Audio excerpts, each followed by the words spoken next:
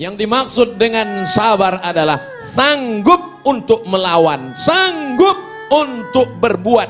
Iradatul intiqam, membalas, tapi dia tetap lawan. Bukan yang dia lawan manusianya, bukan yang dia lawan orangnya, tapi yang dia lawan adalah darah yang mendidih, yang bergejolak di dalam. Makanya kita selalu mohon doa kepada para habaib, kepada para ulama. Kalau ketika berjumpa, Habib, tolong saya supaya termasuk orang-orang yang sabar, karena balasan orang yang sabar adalah mendapatkan balasan tak terhitung jumlahnya. A'dadtu li'ibadiyas salihin, aku siapkan untuk hambaku yang soleh. Apa yang disiapkan Allah? Mala a'yunun ra'at, belum pernah terlihat mata. Wala uzunun sami'at, belum pernah terdengar telinga. Wala khatala ala qalbi bashar, belum pernah terlintas di hati manusia. Nampaknya bapak-bapak semuanya mendapatkan ini insyaallah. Ibu-ibu sama juga.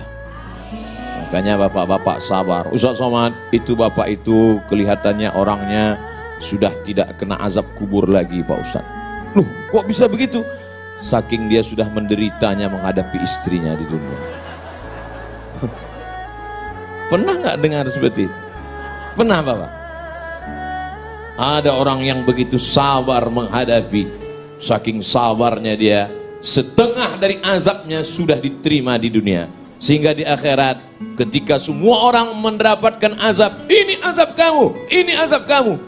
Lalu orang ini kata Allah, azab kamu DP-nya sudah diambil dunia, ini tinggal cash-nya saja. Sedangkan kita semua tidak mau mendapatkan azab sama sekali. Maka doa kita, Rabbana atina fid dunya hasanah wa fil akhirati hasanah wa qina adzabannar. Di dalam kamus Lisanul Arab, kamus lengkap bahasa Indonesia Purwadarminta, sejengkal. Tapi kamus Ibnu Manzur bahasa Arab semeter. Apa dikatakan di sana marah itu? As-sulbah, keras. As-sakhrah, batu yang keras. Itulah amarah.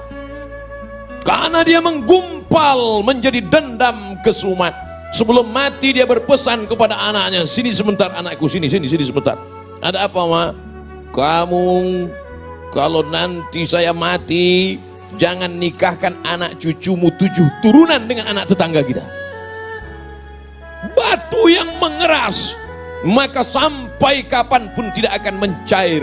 Wa inna minal hijarati lama yatafajjaru minhul anhar.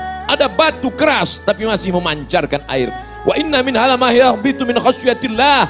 Ada batu keras tapi hancur berkeping di atas bukit Tursina karena takut kepada Allah. Tapi kalau sudah hati mengeras menjadi batu, maka apapun tidak akan keluar.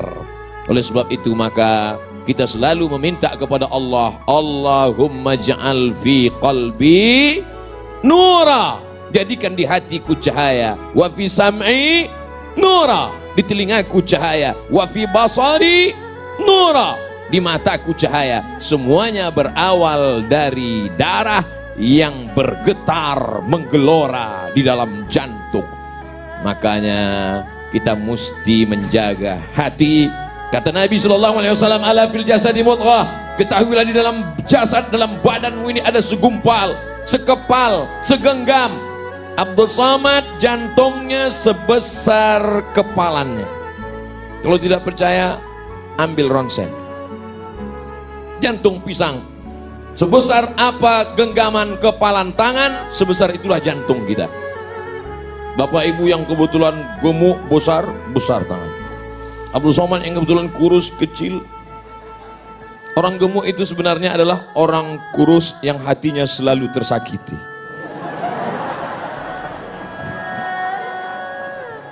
Jadi kalau segumpal ini sudah hancur berkeping, digelorakan oleh setan, darah di dalam itu dibuatnya menjadi mendidih, maka kata Nabi SAW, innaha jamratun minan nar, sesungguhnya ada satu batu kerikil dari api neraka, tuqidu fi qalbi, yang dinyalakan di dalam hati seorang hamba. Alam tarau, apakah kamu tidak pernah melihat humrata ainaihi, Kalau sudah dinyalakan di dalam hati kerikil neraka, maka kamu akan melihat cahaya merahnya sampai ke kelopak mata.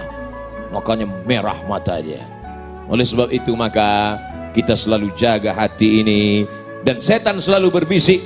Setan berbisik tidak di telinga. Allazi waswisu fi sudur. Di mana sudur? Dada. Sudur sebelah mana? Kiri apa kanan? Atas apa bawah? Sebelah kiri. Kiri tepatnya di mana lagi? 2 jari di bawah. Terasa berdegup dan berdetak.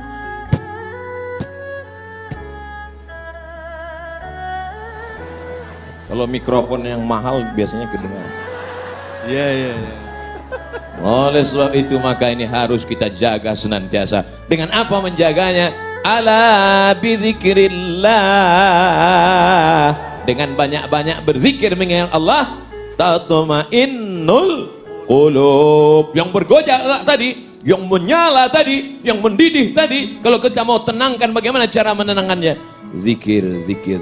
Kalau ada yang terkena musibah, meninggal anaknya, terbakar rumahnya, apakah dia marah kepada Allah?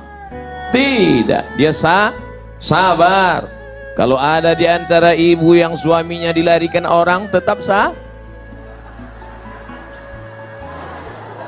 disitulah baru kelihatan bahwa yang namanya marah itu bukan dihilangkan dari diri manusia, tapi tempatkanlah marah pada tempatnya.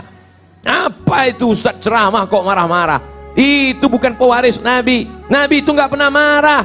Coba lihat, ketika Nabi dilempar pakai batu, basah tapak kakinya kena darah, terompak kayu sendalnya habis berdarah, marahkah Nabi?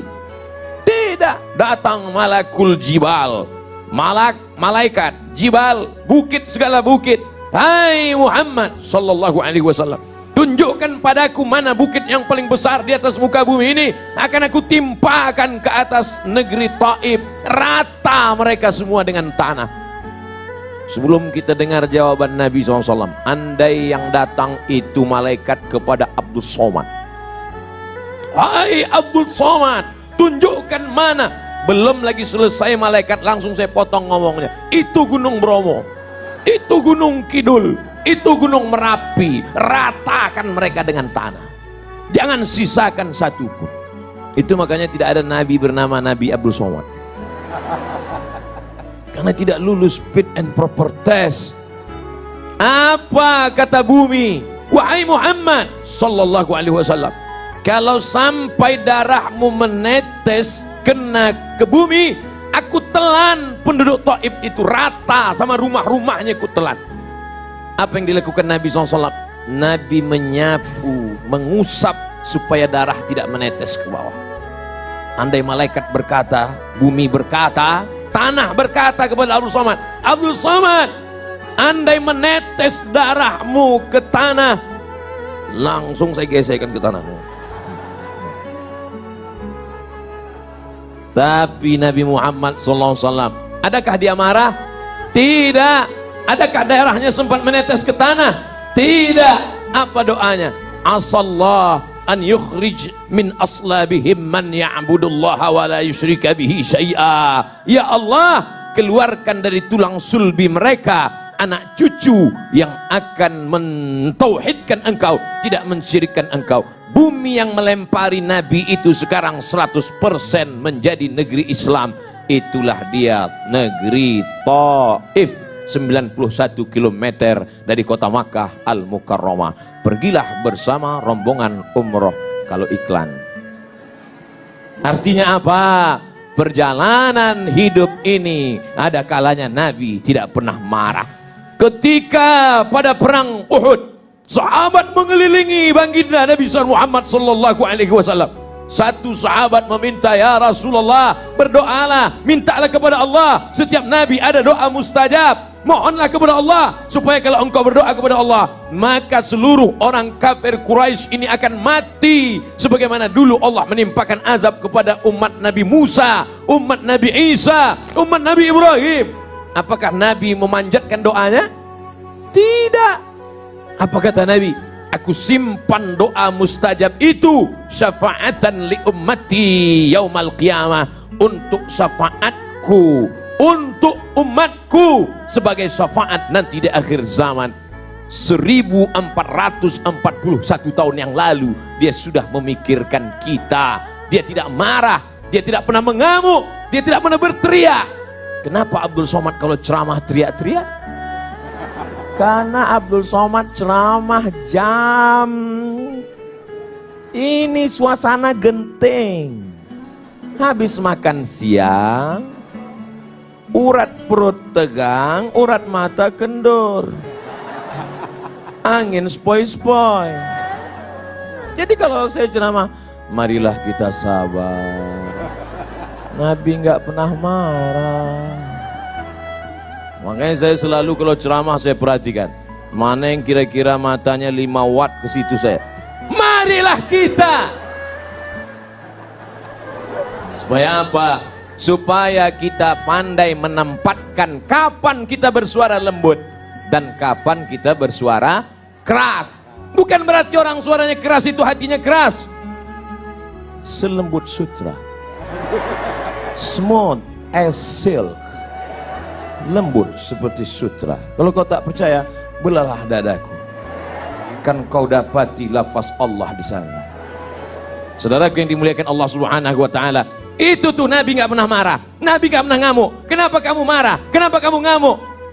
Kamu kenapa nggak meriwayatkan hadis Nabi yang sedang marah? 1 bulan Nabi berdoa, Allahumma al'an bani Ra'il, Allahumma al'an bani Zakwan, Allahumma al'an Usayyah, laknat bani Ra'il, laknat Usayyah, laknat Zakwan. Kenapa? Karena mereka membunuh 70 da'i yang dikirim oleh Rasulullah sallallahu alaihi wasallam. Kunut subuh, kunut zuhur, kunut asar, kunut Jumat, laknat, laknat, laknat. Qanata Rasulullah sallallahu alaihi wasallam syahran, thumma tarakahu. Setelah sebulan Nabi tidak berkunut lagi. Apa kata Abdurrahman ibnu Mahdi? Makna thumma qanata tarakahu, tarakahu. Nabi meninggalkan, bukan kunutnya yang dia tinggalkan, yang dia tinggalkan laknatnya, sedangkan kunutnya berlanjut sampai meninggal Nabi Muhammad sallallahu alaihi. Pernahkah Abdul Somad dalam doa kunutnya melaknat? Enggak pernah. Allahumma hadina fi man hadait, amin, wa afina fi man afait, amin, wa tawallana fi man tawallait, amin, wa barik lana fi ma a'tait, amin, wa qina bi rahmatika syarra ma qadait, amin. Sisanya pujian kepada Allah. Fa innaka taqdi wa la yaqda 'alaik wa innahu la yadhillu man walait wa la ya'izzu man 'adait tabarakta rabbana wa ta'ala falakal hamdu 'ala ma qadait nastaghfiruka wa natubu ilaik. Bagi yang hafal, yang enggak hafal gerak-gerakkan yang mulut. Bagaimana kalau Abdul Somad kunut subuh, kunut zuhur, kunut asar berdoa, Allahumma al'an Israel, Allahumma al'an, pokoknya laknatlah semua yang menzolimi, yang menganiaya, yang mengkriminalisasi ulama, yang menyudutkan orang-orang soleh, laknat. Kira-kira kalau kita baca doa kunut subuh, kunut zuhur, kunut asar, kunut maghrib, kunut isya, apa kata orang? Itu imam radikal. Padahal kita sedang marah.